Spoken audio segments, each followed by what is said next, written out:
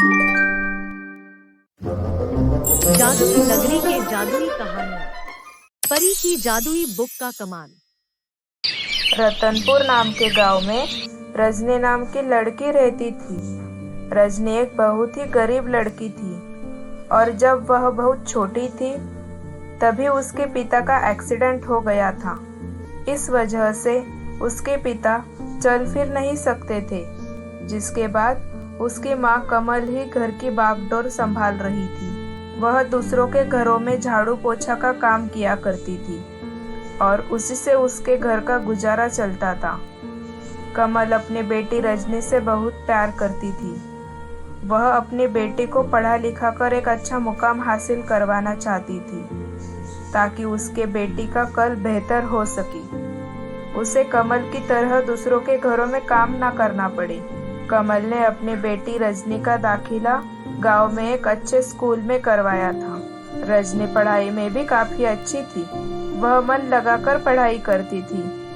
एक बार रजनी अपनी माँ से कहती है, माँ, टीचर ने कहा है कि जल्द से जल्द स्कूल की फीस भर दो। माँ, हमने पिछले महीने भी पैसे नहीं दिए थे। अच्छा, चिंता मत कर बेटा, आज मुझे तनख्वाह मिलने वाली है तो फिर मैं कल स्कूल जाकर तुम्हारी फीस भर दूंगी। ठीक है माँ, मैं जा रही हूँ। शाम को मीठी रोटी बना देना। ठीक है। रजनी खुशी खुशी स्कूल चली जाती है और कमल अपने घर के काम को खत्म कर वह भी अपने काम पर चली जाती है। लेकिन उसकी मालकिन अनुराधा बहुत ही खड़ूस थी। अनुराधा कमल का ही इंतजार कर रही थी क्योंकि कमल को आज काम पर जाने के लिए फिर से देर हो गई थी। क्यों कमल, ज्यादा पैसों का काम मिला है क्या तुम्हें कहीं पर, इसलिए आजकल इतनी देर से आ रही हो? नहीं मालकिन, ऐसा नहीं है। फिर तुम रोज इतनी देर से क्यों आ रही हो? मालकिन, वो पैसे नहीं है अब घर में, इसलिए मैं चल के आ रही हूँ ना, इस वजह से देर हो जाती है। अच्छा ठीक है, ये बहानेबाजी अब बंद करो और काम पर लग जाओ। सुबह से सारा काम वैसे ही पड़ा है, जाओ जल्दी। फिर कमल जाकर जल्दी जल्दी काम करने लगती है। इतने में उसके हाथ से एक प्लेट नीचे गिरकर टूट जाती है। वह आवाज सुनकर अनुराधा वहां पर आती है। क्या हुआ, क्या तोड़ दिया तूने? मालकिन, वह काम करते वक्त प्लेट हाथ से नीचे गिर गई। यह तुम्हारा रोज का हो गया है कमल, तू मेरा ऐसा ही नुकसान करती रहेगी। इससे अच्छा होगा कि तुम अब काम पर मत आओ, मैं दूसरी काम वाली देखती हूँ। ये लो तुम्हारी तनख्वाह और जाओ यहाँ से। फिर कमल बहुत दुखी होकर वहाँ से चली जाती है और घर वापस आती है। तब तक रजनी भी स्कूल से घर आ चुकी थी। फिर वह अपनी माँ से पूछती है कि माँ, तुम इतनी जल्दी कैसे आई? तुम्हारा सब काम हो गया? नहीं बेटा। क्या हुआ माँ, आप उदास लग रही हो? कुछ नहीं बेटा। बताओ ना माँ। फिर कमल जो कुछ भी हुआ वह सब रजनी को बता देती है। रजनी को और उसके पिता को भी बुरा लगता है। रजनी के पिता सब सुन सकते थे लेकिन बोल नहीं सकते थे। अगले दिन कमल रजनी के स्कूल जाकर उसकी स्कूल की फीस भर देती है। उसके बाद उसके पास थोड़े से ही पैसे बचते हैं। कमल वापस घर आती है और सोचने लगती है कि अब मैं घर कैसे चलाऊंगी? मेरे पास तो अब काम भी नहीं है और पैसे भी बहुत कम बचे हैं। रजनी का स्कूल है, इनका दवाई का खर्च है, अब ये सब कैसे होगा? कमल बहुत ही सोच में पड़ जाती है। इतने में रजनी स्कूल से वापस आती है और अपनी माँ से कहती है कि माँ, सुनो ना, मुझे कुछ किताबें खरीदनी है। मेरा एग्जाम आ रहा है ना और मेरे पास किताब भी नहीं है पढ़ने के लिए। फिर कमल वह बचे हुए पैसे निकालकर रजनी को दे देती है। लेकिन रजनी को समझ आ जाता है कि उसकी माँ के पास तो अभी काम भी नहीं है और पैसे भी खत्म हो गए होंगे। फिर रजनी अपनी माँ से बोलती है कि माँ, रहने दो, हमें राशन के लिए भी तो पैसे चाहिए होंगे ना।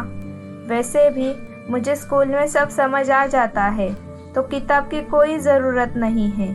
बेटा रजनी, मैं कल से नया काम देखती हूँ, लेकिन अभी तुम ये पैसे लो और अपनी किताब खरीद कर लेकर आओ। अभी पैसों से ज्यादा तुम्हारी पढ़ाई जरूरी है। ठीक है माँ। ऐसा कहकर रजनी अपनी किताब खरीदने के लिए बाहर चली जाती है। चलते चलते उसके ध्यान में एक बात आती है कि उसके पीछे पीछे एक कुत्ता आ रहा है। फिर रजनी रुक जाती है और उस कुत्ते को कुछ खाने के लिए देने की सोचती है, लेकिन उसके पास पैसे नहीं थे।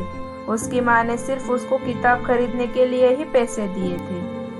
लेकिन रजनी को उस कुत्ते की दया आती है और वह उसे खाने के लिए लेकर आती है और वापस घर लौट जाती है। तभी उसे आवाज सुनाई देती है, रजनी रुको।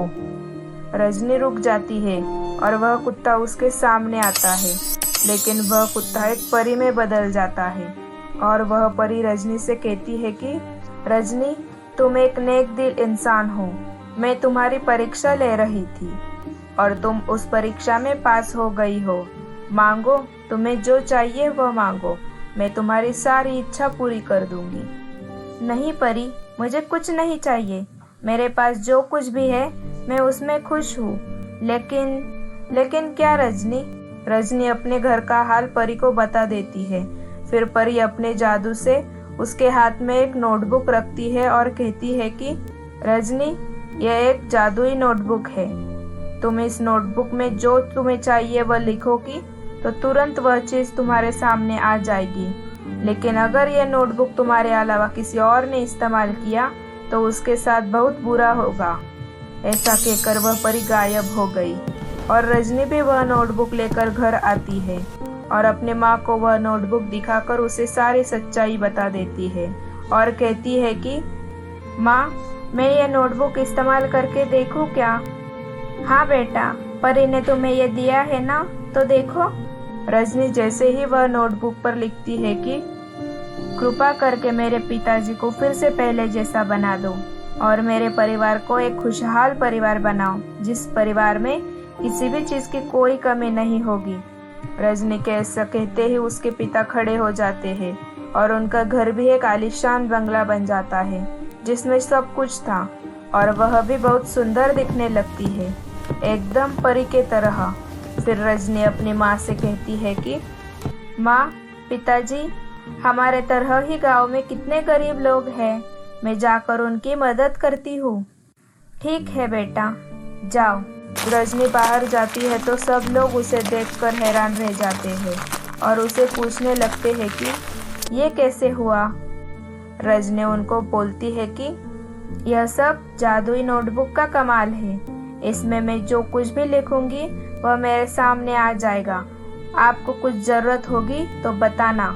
फिर गांव के लोग एक एक करके अपनी जरूरत की चीजें रजनी से मांगते हैं और रजनी तुरंत वह चीज उनके सामने लाती है।